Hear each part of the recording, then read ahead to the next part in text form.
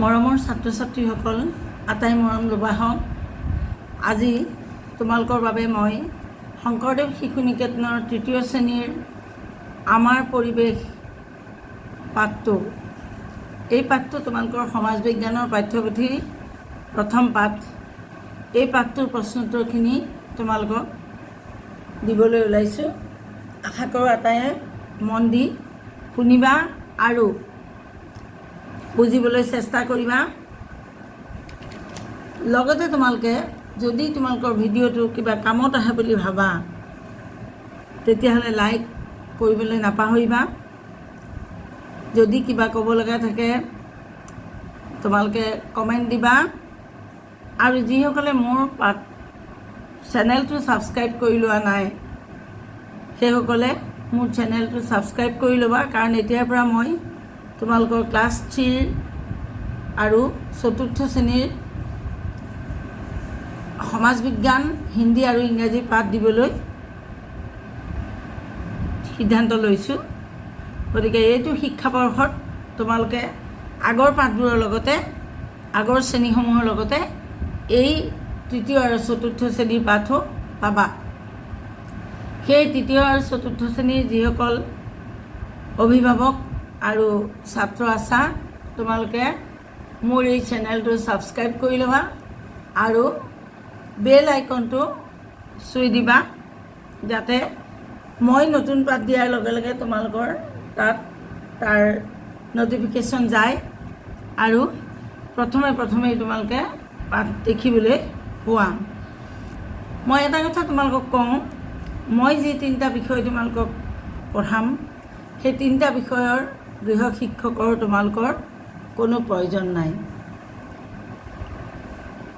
শিক্ষকতা মোৰ নিচা, গতিকে মই ল'ৰা ছোৱালীক পঢ়াই ভাল পাওঁ। তোমালোকৰো কামত অহাকৈ কিবা এটা কৰিব পাৰিলে মোৰ ভাল লাগিব। সেয়ে মই আকৌ তোমালোকক কৈছোঁ, কমেণ্ট কৰিবলৈ নাপাহৰিবা। কোনে কোনখন স্কুলৰ বা কোন ঠাইৰ পৰা মোৰ পাঠবোৰ চাইছা তাক উল্লেখ কৰিবা। আৰু পাঠবোৰ ভাল লাগিলে তোমালোকৰ বন্ধু বান্ধৱীৰ লগত শ্বেয়াৰ কৰিবলৈ নাপাহৰিবা। পুনৰ কৈছোঁ, চেনেলটো তৃতীয় আৰু 4ৰ্থ শ্ৰেণীৰ ছাত্ৰ ছাত্ৰীসকলে ছাবস্ক্ৰাইব কৰি ল'বা, যাতে তোমালোকে সময়ে সময়ে এই পাঠবোৰৰ ন'টিফিকেশ্যন পাই থাকা।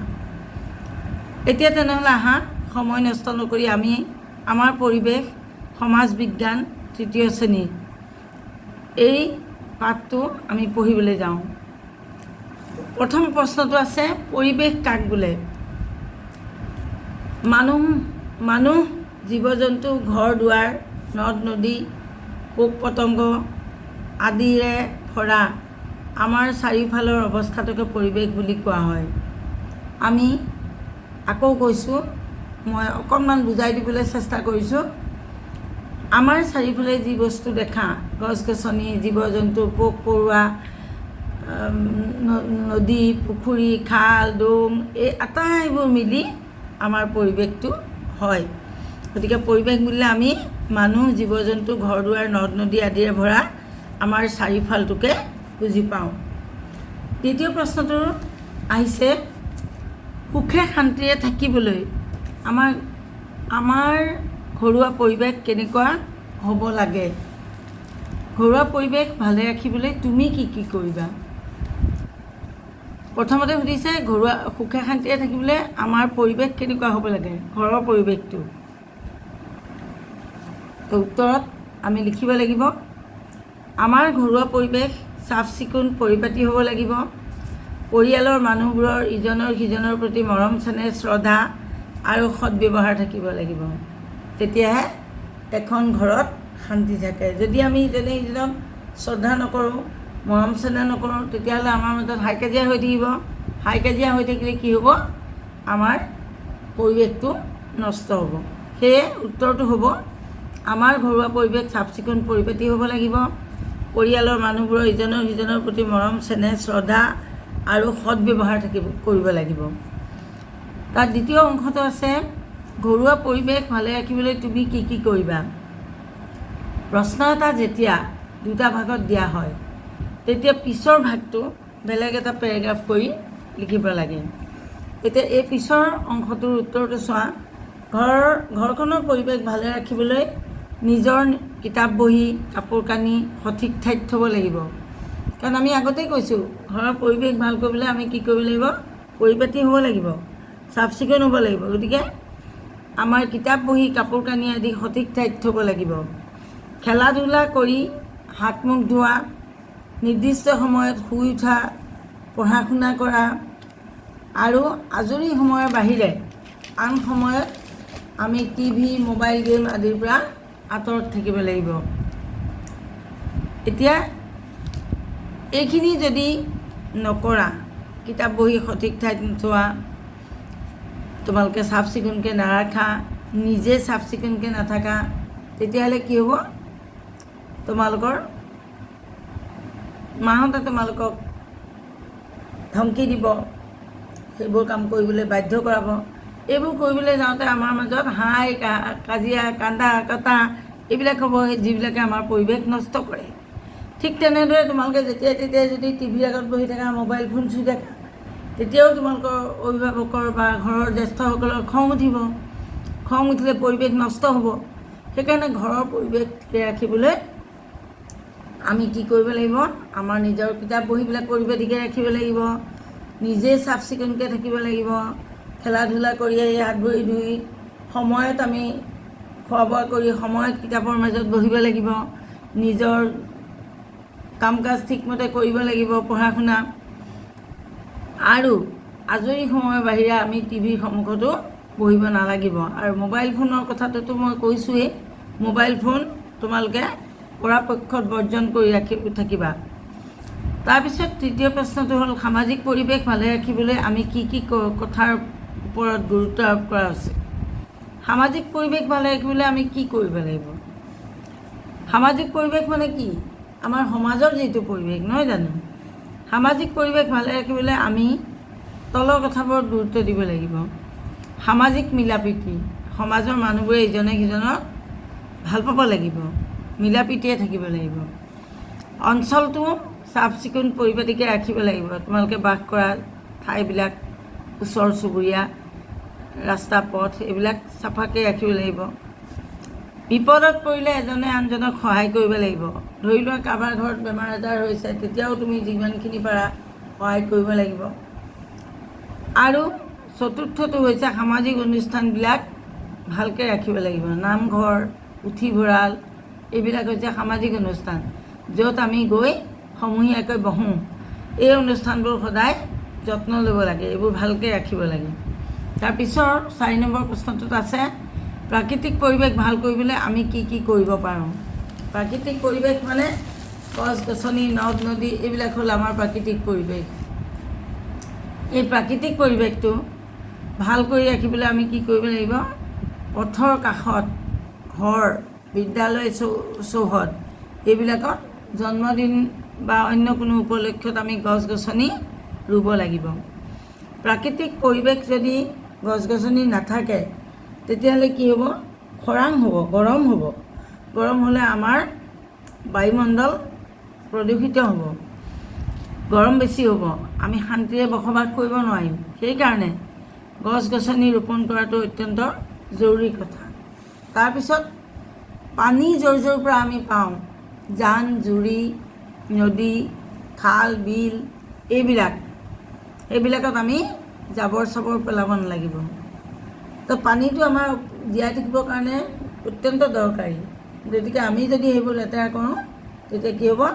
সেই পানীবোৰ আমি ব্যৱহাৰ কৰিব নোৱাৰা হৈ পৰিব, পানীবোৰ দূষিত হ'ব। পানীবোৰ দূষিত হ'লে আমাৰ পানীৰ অভাৱ হ'ব, তেতিয়া আমাৰ সামাজিক পৰিৱেশ নষ্ট হ'ব। বাট পথ নলা নৰ্দমা চাফা কৰি ৰাখিব লাগে। সামাজিক পৰিৱেশ ভাল কৰি ৰাখিবলৈ আমি কি কৰিব লাগিব? আমাৰ অঞ্চলৰ বাট পথ নলা নৰ্দমা এইবিলাক সদায় চাফাকৈ ৰাখিব লাগিব। তাৰপিছত খালী ঠাই পূৰ কৰা আছে, 5 নম্বৰ প্ৰশ্নটো কিতাপত দিয়া আছে।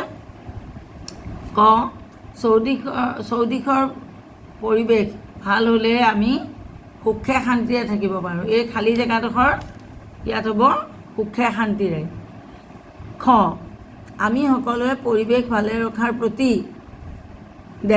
হ'ব লাগে, যত্নপৰ হ'ব লাগে, অৰ্থাৎ আমি যত্ন কৰিব লাগে।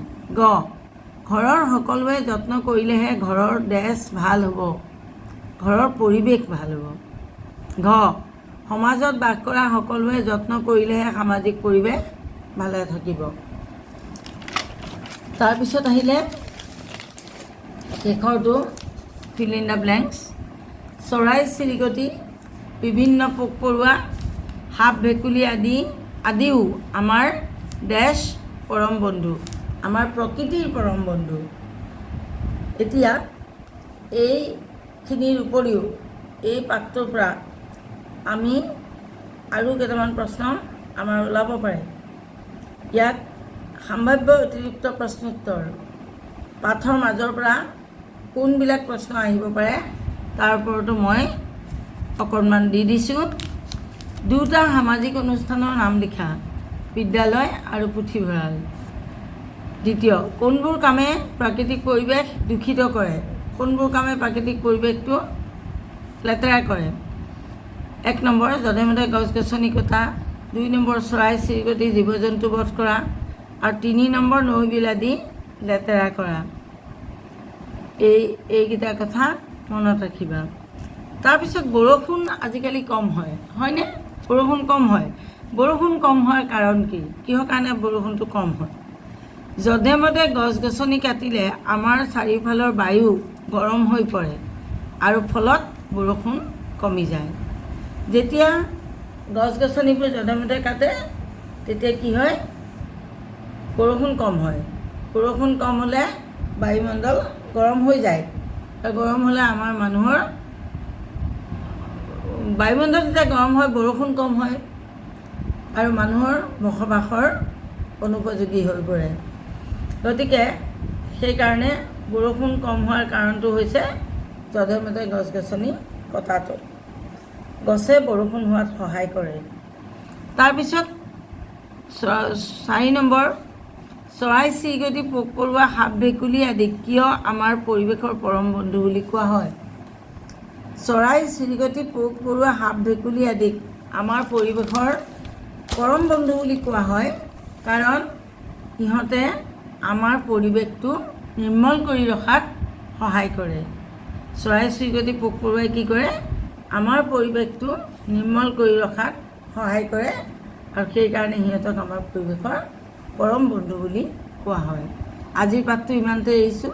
তোমালোকে ভালদৰে এবাৰ নহয় দুবাৰ তিনিবাৰ শুনিবা, প্ৰশ্নোত্তৰখিনি ভালদৰে চাবা, আৰু যিখিনি সম্ভাৱনা থকা প্ৰশ্ন মাজৰ পৰা অহাৰ সম্ভাৱনা আছে সেইখিনিও মই দি দিছোঁ, সেইখিনিও ভালকৈ চাবা।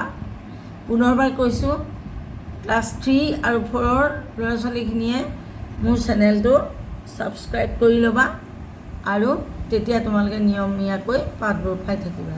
ধন্যবাদ।